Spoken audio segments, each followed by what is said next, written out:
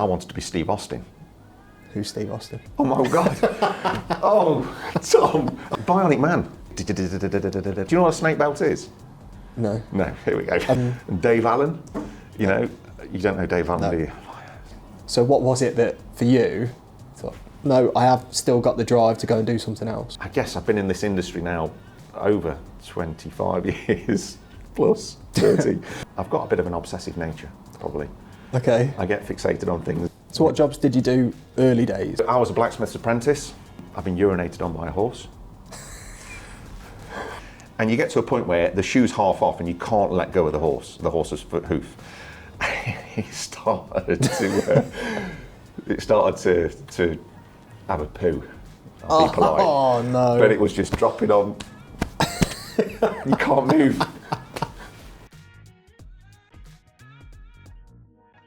A huge thank you to this week's sponsor, Beckhoff Automation.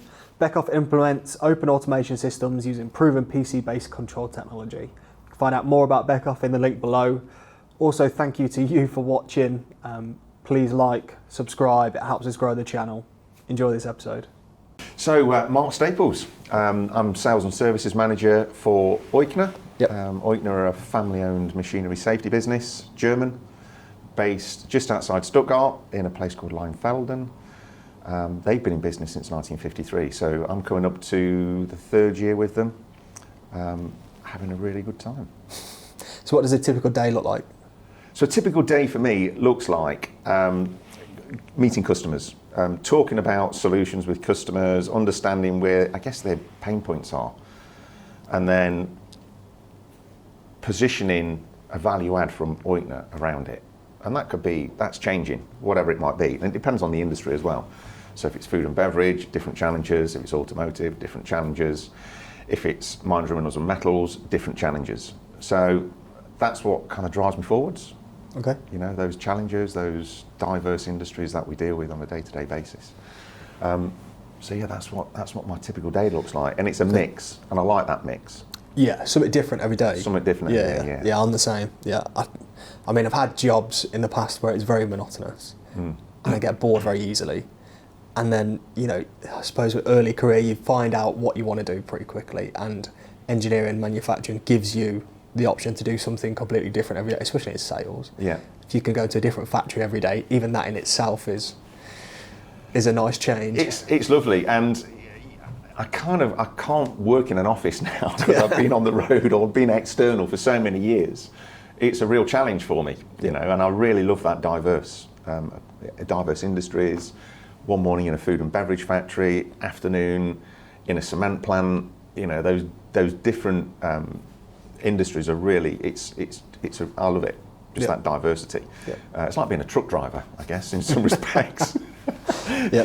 Travelling to different places, up and down the UK, on the continent. No day's the same, is it? So it does suit some people, but I really enjoy that.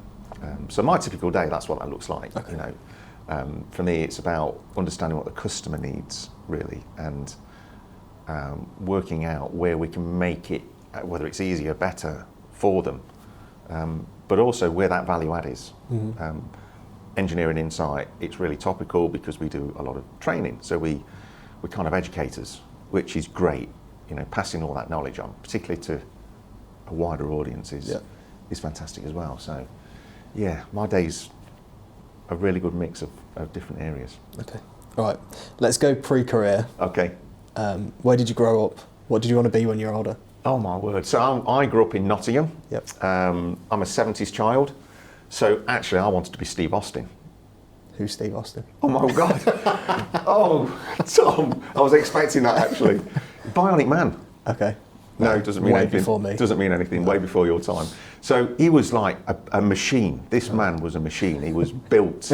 He had an accident. They rebuilt him. Just the background music. When he ran, you want to see it. Google it. YouTube it. Steve Austin, Bionic Man. So I really wanted to be him because he had this biomechanical arm, and you'd kind of roll the skin back, and there was all the electronics underneath. So I wanted to be Steve Austin. Can't lie. Okay. So there's a bit of a tenuous link there, sort of into the future. But yeah, I was a 70s child. It was really odd in the 70s. Why? Well, there was, I mean, they talk about influencers now, but there was a huge amount of influencers back in the 70s and the early 80s. I really like chat shows.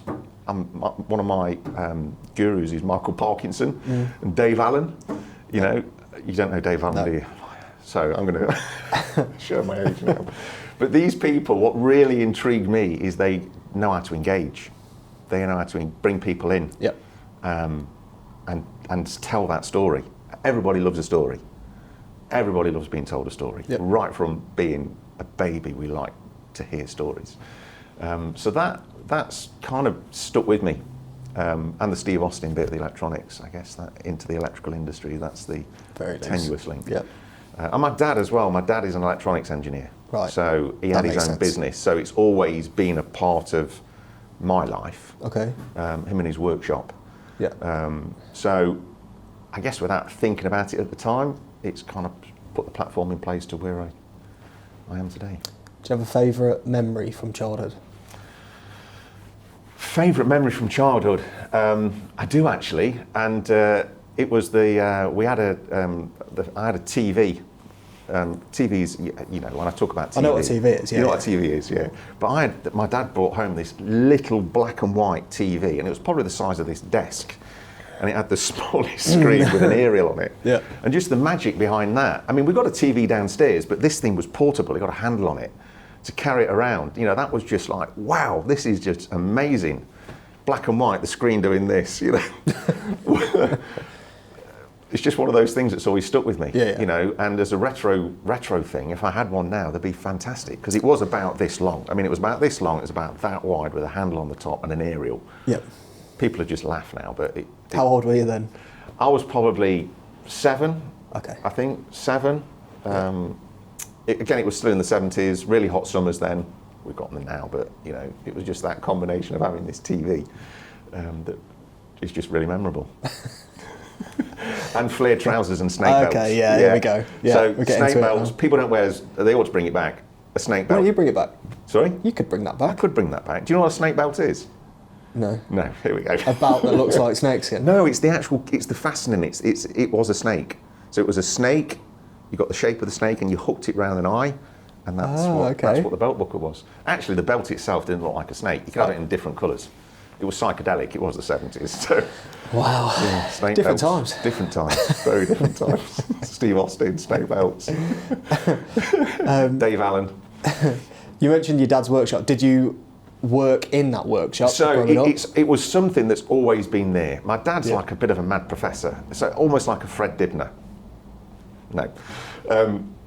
A lot of people will know who Fred Dibner is that watch this, I'm sure. But so he's always tinkering with things. He's retired now. He's 75, still doing what he did in his workshop. He's got a bigger workshop now. He's got a different workshop, but back then it was in his workshop. I just remember the smell of the solder. Yeah. Yeah, smell of the solder, in with circuit boards, repairing things. He did a lot towards, in his business was an auto electrical business, and auto electronics. So he was always got something stripped apart on the bench, repairing it. Very early days of mobile telephones. You know, we've got these little things now, but this thing was a monster that you had in your car. It was literally a phone with a curly cable on it, with a handset and a holster. So we used to fit a lot of those. Okay. So that was kind of in my early teens. So it's always been there, and I guess that nostalgia behind it all, my dad in his workshop at his bench, and just the smell of the flux from the solder takes me back, still does now. Yeah. So what jobs did you do early days? Oh my word. Like part-time? Part-time. So I was a blacksmith's apprentice. Okay. Funny story there. I've been urinated on by a horse. No, we're talking pre-career. Wow. When you were younger? When I was young, well, yeah. So this was when I was about 11 or 12. My uncle, who's not with us now, he was a master farrier, he was a blacksmith. So he took me on as like an apprentice. It was more like a 6-week holiday job, but I went every other weekend with him, and I really enjoyed it. But the thing with being a blacksmith is, once you're trying to take a shoe off of a horse, you can't let go of it. Yep. So you have to stand there, come what may. And there's been some interesting come what mays. Well, one of my other questions is, do you have a memorable Yeah, actually I do. moment I do. from that? So yeah. it was a really hot summer. My uncle loved a laugh. He was a Nottingham guy as well. Loved a laugh, and he got me taking this shoe off of this horse. And there was at the back end of the horse, so you kind of got the leg through. You've got like a leather apron called a pinner, and you've got the horse's foot between your legs, and its rear here with its tail, and its tail was just swishing you in the face every now and again. And he was watching me, so I wasn't doing this on my own. But I was starting to take the shoe off under his instruction, and you get to a point where the shoe's half off, and you can't let go of the horse's foot hoof. It started to have a poo. I'll be polite. Oh no! But it was just dropping on. You can't move. You can't move. And I just remember my uncle laughing his head off because he knew what was coming. He absolutely knew, because the tail went up in the air and it started to come out, and you just can't move. And it was just everywhere. There was bits all over me, and stinks. God. I mean, it really does stink. Yeah. Fresh horse manure just really stink. I don't know why people put it on the garden. Well, I do, but you know. So that's that's one of my jobs. And then I worked for, this was only like a short-term thing back in the, when was this? Late 80s probably. Insurance broker. Okay. I did a bit of that. On the phones, cold call? No, it was for a little insurance company in Netherfield in Nottingham called Beaver Associates, if they're still going. Hello. But this was, I was selling life insurance policies and car insurance policies. So it was a bit of the office, but it was actually going out to meeting clients. And I think that bit actually was I really want to do this. I really want to be commercial. Yeah. You know, because the guy that owned it was he was a real entrepreneur. He was a real character. You'd never get this guy again. And some of the meetings that we went to were just off the chart, you know, in the pub with the customers. And it was back in the day when you could smoke. So we used to do a lot of insurance policies for businesses, pool halls, and you know, walking through this pool hall with a suit on, and it's just thick with smoke. It just really was, you know, fantastic at that time to be involved in that. So I was probably 17. Oh wow. Yeah, at that time. So I didn't go traditional school, college. I wanted a job. I actually went back to university when I was in work. I did that myself. I got my HNC in electrical and electronics. But I just wanted to work straight from school. So yeah, 17. So what was the step into manufacturing? So the step into manufacturing, I guess it was my dad's influence really, because he was in that industry. He was in the electrical industry, the electronics industry. I used to work with him as well, so I'm a qualified auto electrician. Back in the day, we used to do a lot of rewiring on cars, as well as fitting all car security, car telephones, remote central locking, electric windows, sunroofs, anything back, you know, that didn't come with a car now. We used to fit. So my dad is an auto electrician, but we used to do a lot of diagnostics on cars, fault finding. So I did that because it was family business with him, kind of part time as well as all the time really. So that engineering was really interesting. You know, Steve Austin, going back to then, wanted to be him, but that commercial side of it really interested me. And it was actually at that point I thought, what do I want to do? Which direction do I want to go? Because I wasn't really fully aware of industrial electrical. So after that short life insurance, it wasn't really for me, but it was a great area to be in. Yeah. You know, just the culture, meeting customers in pubs and smoking pool halls, and fantastic. So then I got a sales job in a packaging and freight company, selling space basically, space. Yep. Did that for a couple of years, 3 or 4 years, and then at that point I'd decided that, well, actually my dad said, look, if you want to go into this industry, you need to get some qualifications. And looking back, I get it now, because it's so relevant. Some of the knowledge that I've got, or the experience that I've got, it's so relevant for helping customers and understanding where they want to get to from an electrical point of view. So I put myself on a De Montfort University course, HNC, electrical and electronics. That was 4 years. So three. Whilst you were working? Whilst I was working, yeah. With your dad? With my dad, and also, so I was working with my dad part-time anyway. That was an always thing that was there. But this was when I was at the packaging and freight company.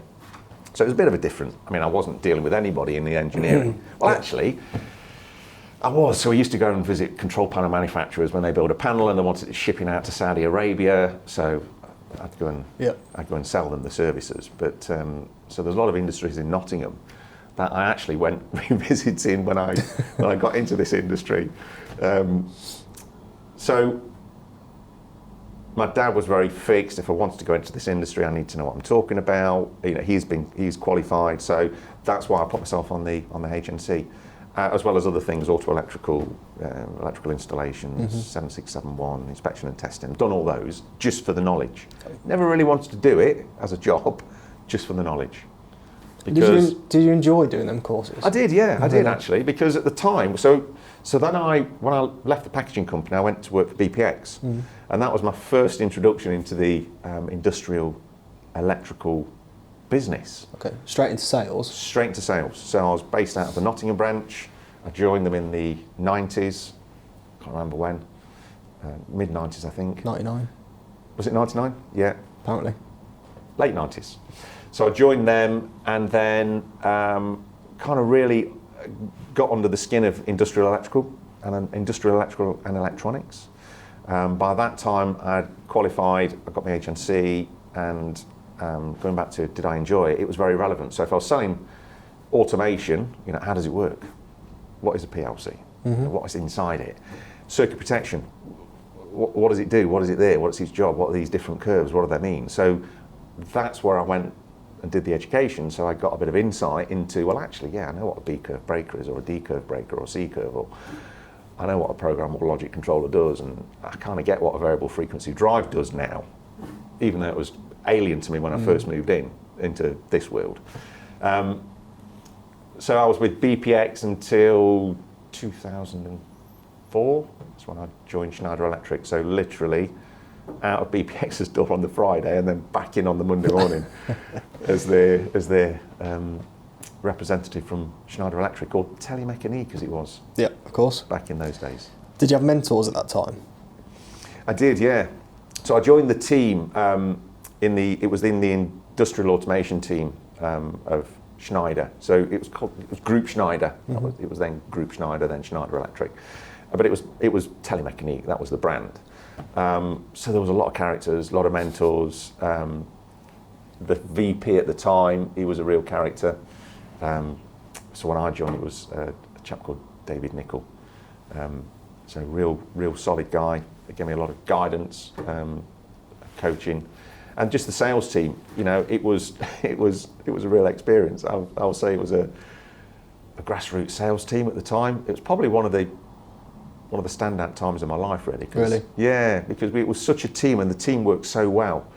There was a chap called Andy Harris that was the regional sales manager, and we all kind of worked for him, and we all had a role, and we all definitely contributed, and you could feel that you was contributing. You know, you could see the work that you did, and the impact on the number, because you could see your number. Yeah. So yeah, it was a really good time. We're still friends, and we still meet up. That original sales team. Yeah. Some of the members aren't with us, sadly, but a lot are. So we do still keep that going, which is nice. What's been the biggest achievement over the years?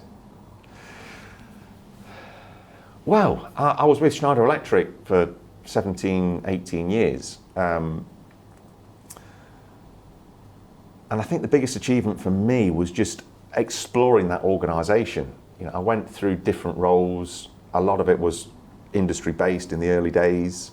I then went into account management, had a lot of value proposition type training for selling the width of wallet from Schneider. So this kind of global role from a product point of view.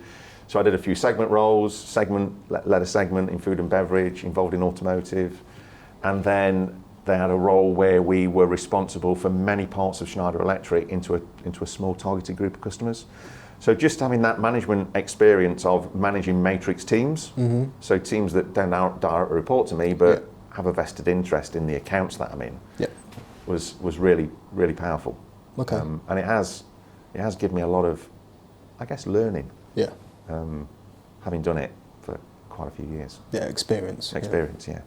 So my experience with people that have spent a long time in one company is that they're too scared to leave after a certain amount of time. So 18 years you just mentioned. What was it that, the light bulb in your head to say, right, now's the time to, because, I still speak to all of the old apps guys that I started with. Yeah. I can just have a drink. Yeah. And some of them have been there 20 plus years. And in their mind, it's, well, I don't want to learn a new technology. I don't want to learn a new brand. I've got my customer base here. I'm set. And I suppose you get to an age where you're like, do I really want the hassle? So what was it that, for you, thought, no, I have still got the drive to go and do something else? So I guess for me, it's going back to that very early conversation that we had about what does your day look like? It's that diversity and difference. So when I was with Schneider Electric over those 18 years, I had many different roles. I was segment manager, I was system integration manager, I was responsible for automotive, I was this key clients team selling value rather than product. So you didn't really sell a product, you sold the value of bringing it all together. Did a lot in software. Towards the end, new challenge is probably a bit of a cliche because I just wanted something different, and I wanted to go into something that I was passionate about. So it's engineering. Yep. Okay. And I guess for me, I'd learned a lot at Schneider Electric and loved it. And the next challenge was, well, I just want to now focus on something that's really niche, and that was machinery safety. I've been exposed to it at Schneider Electric, I've been exposed to it at BPX, and it was an area really that I always found interesting from an engineering point of view. So that was really one of the motivators. What can we do different now? Yeah.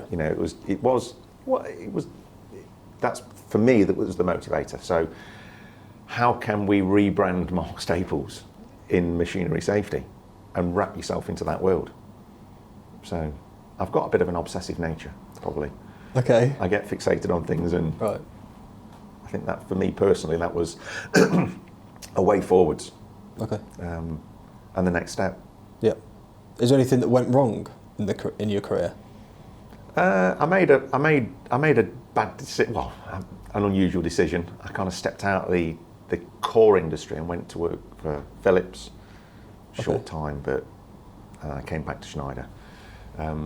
So that was, I won't say went wrong. It was just I thought it was something that was going to be a bit different, but it wasn't for me personally. Yeah.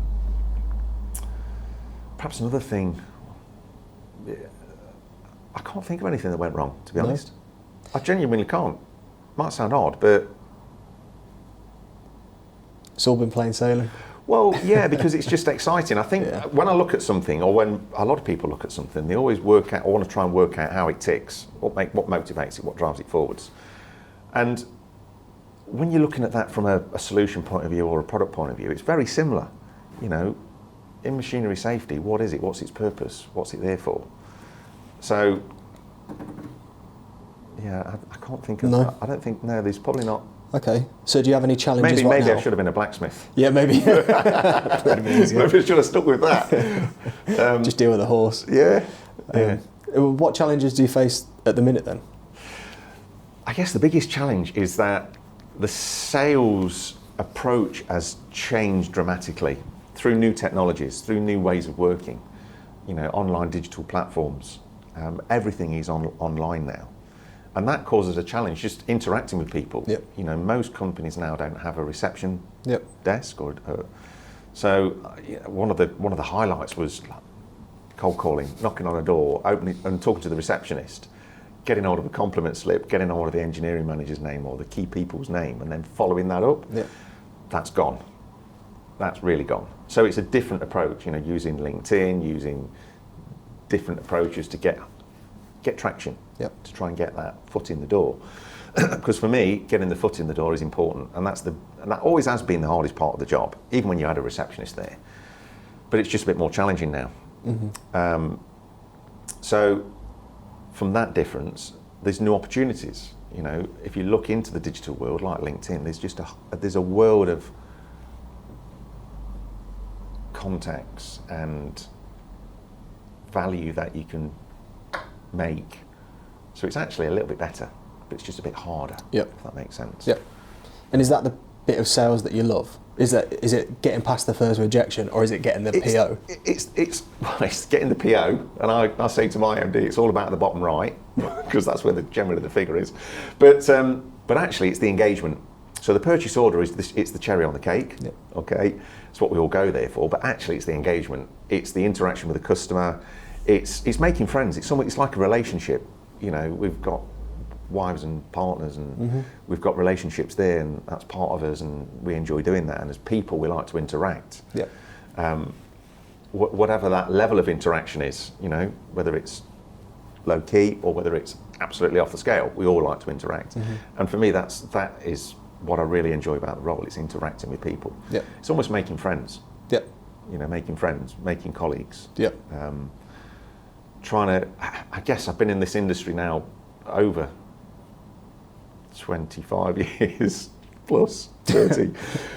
And it's how can I pass that experience on to the next generation of people that are coming through? Yep. You know, I mentioned that we're educators. We do machinery safety training, and how do we become an educator in commercial?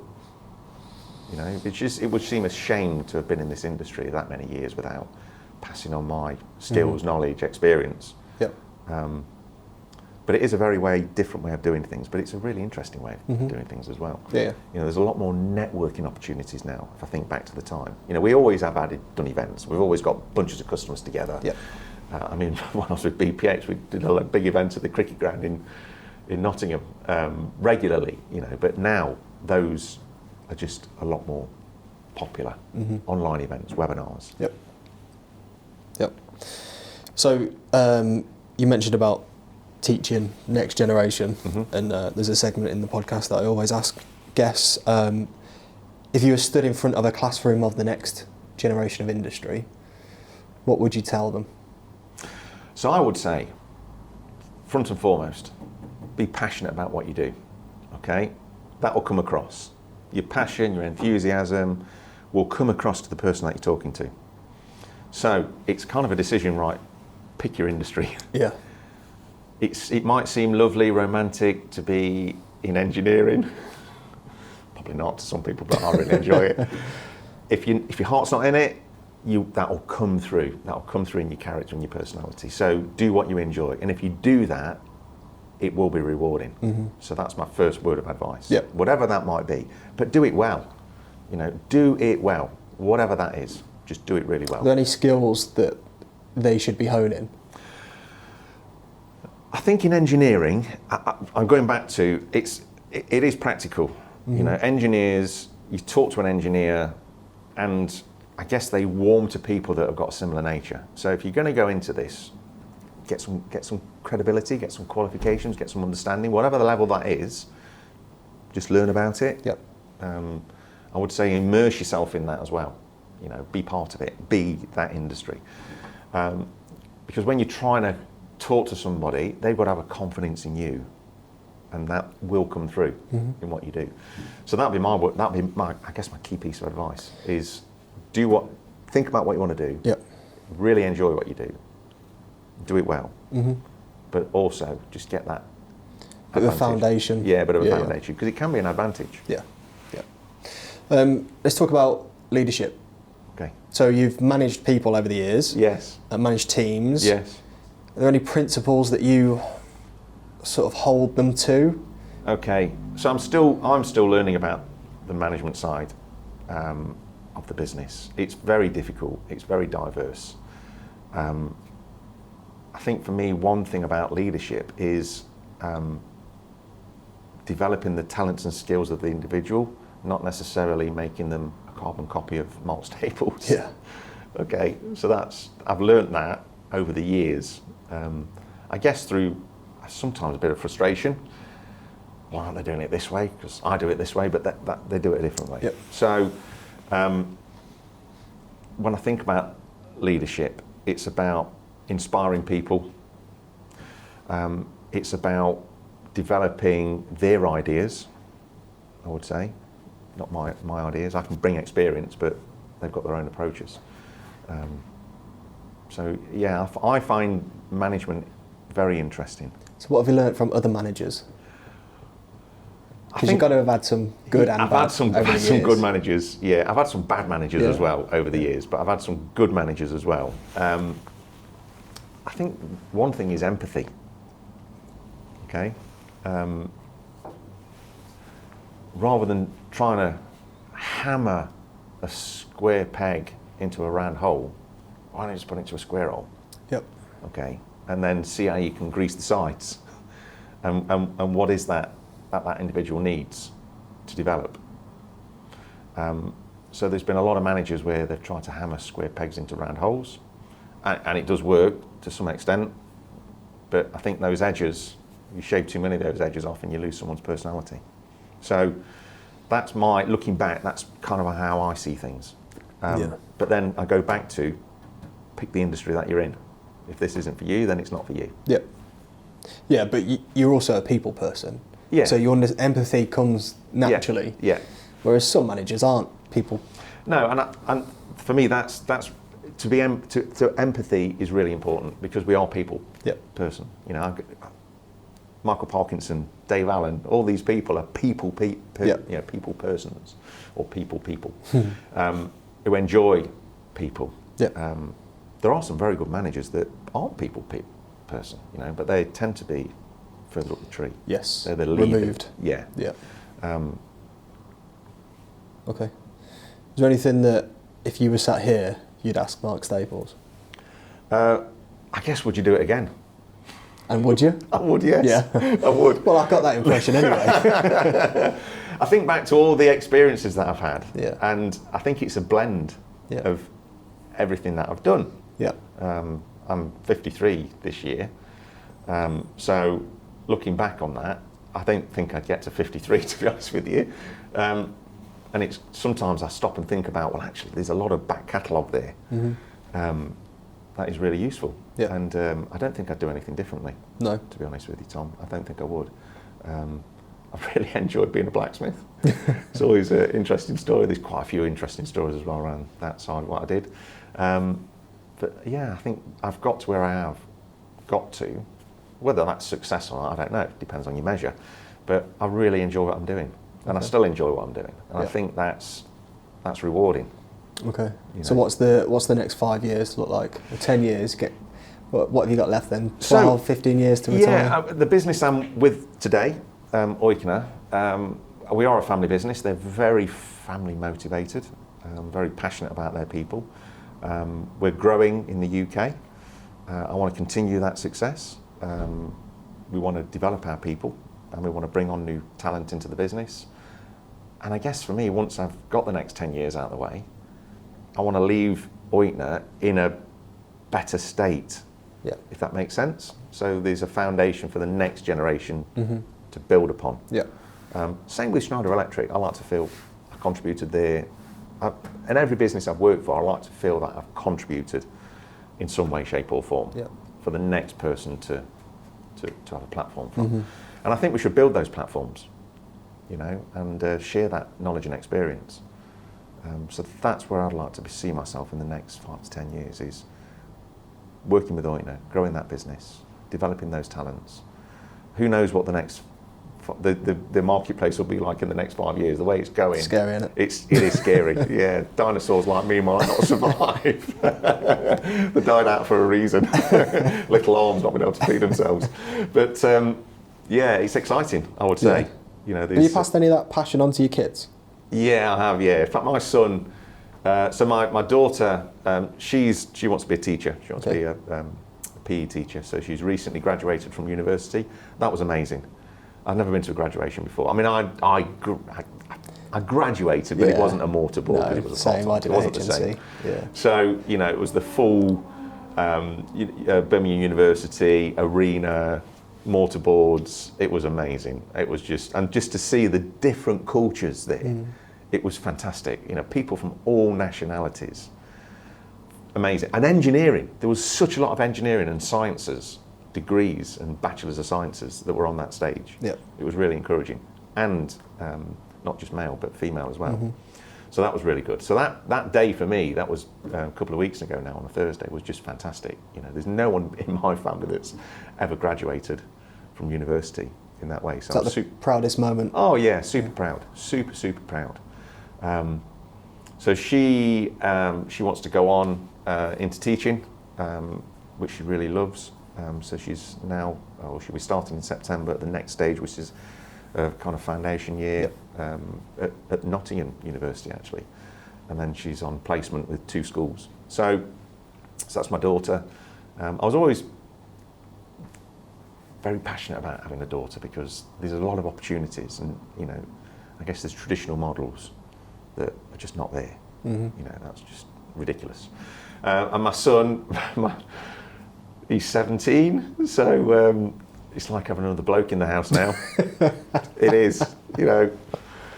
He's nearly as tall as me. He goes down the gym. Yeah. You know, he's of that age where he just needs to go down the gym for a week, and he's like got muscles and Arnold Schwarzenegger and all that. So he's a great guy, and he wants to go into business. So he's in 6th form. So we might get a new Mark Staples. He might do, and he wants to do an apprenticeship as well. Brilliant. And he wants to go into business. He's not sure which part of business. Yep. I don't think he wants to. He likes taking things apart. Mm-hmm. He's not too good at putting them back together. Yep. But he kind of likes that. So whether he'll go into engineering, I don't know. But he definitely wants to go into business. And one of his courses is business studies and business management. That's what he's doing at A level. So he wants an apprenticeship. He's very clear about that, which is great. I think apprenticeships are a fantastic idea, fantastic opportunity. And there wasn't an apprenticeship when I left school. You know, there was very limited opportunities when I left school. It was either get a job or go to university. Mm-hmm. So the apprenticeships weren't really around. There was YTSs, but they weren't apprenticeships. As such, I'm probably going to get selected for saying that, but you know, the reality is they weren't. So I think, and I'm supportive of him, and I've said to him the same thing. Whatever you do, Harvey, do it well. Yeah. Enjoy it. Yeah. You know. So I'm looking forward to seeing what he or they turn out to be. Amazing. Going forwards. Yeah, brilliant. So we've got 2 closers. Okay. The first is, do you consider yourself successful? I do actually. Yeah. I do. And why do I say that? I think because wherever I've worked, I'd like to think I've made a mark.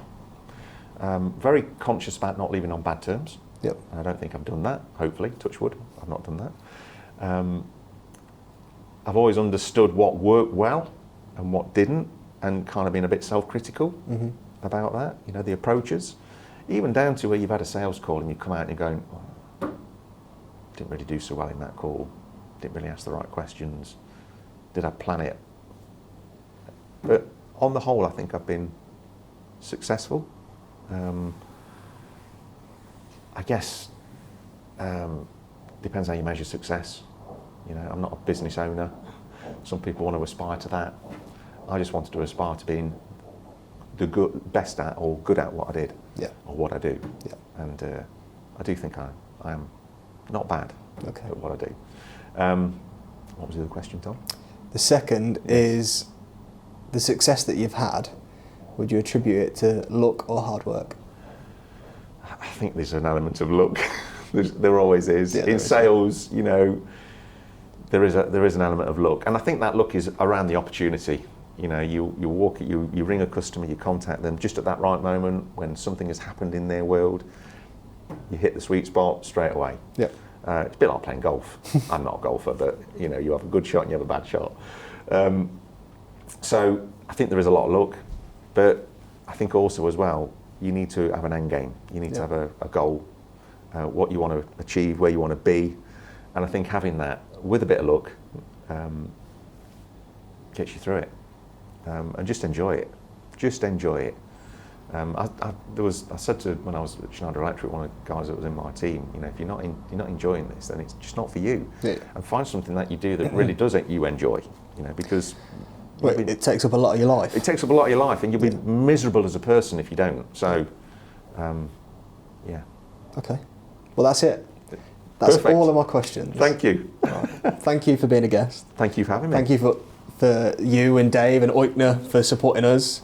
Pleasure. You guys were on the app very early, although I keep hammering him to put more on. I know you do. But yeah, thank you. I appreciate it. Thank you, Tom. Enjoyed it. Cheers, Mark. Thank you.